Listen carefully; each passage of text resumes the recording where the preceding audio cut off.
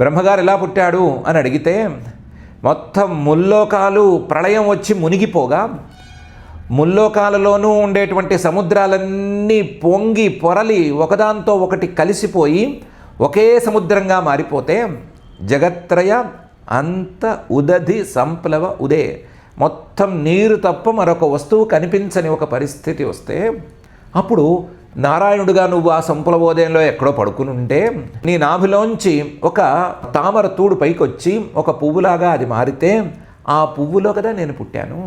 నారాయణస్య ఉదర నాభి నాళాత్, నారాయణుడిగా నువ్వు పడుకునున్నావు.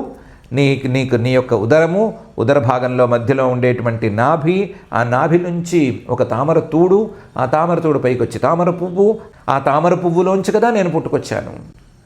ఇది వాంగ్ నవైమృష, ఇదేమి అబద్ధం కాదు, ఇది అందరూ చెప్పుకునే మాటే, నాకు తెలిసిన మాటే. అలాంటప్పుడు నేను నీకు పుట్టినట్టు కదా, నువ్వు నా తల్లివి కాకపోయావా?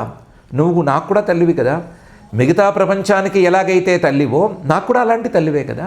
కాబట్టి నేను తప్పు చేశాననే భావంతో నేను మాట్లాడుతున్నాను కాబట్టి నన్ను క్షమించు.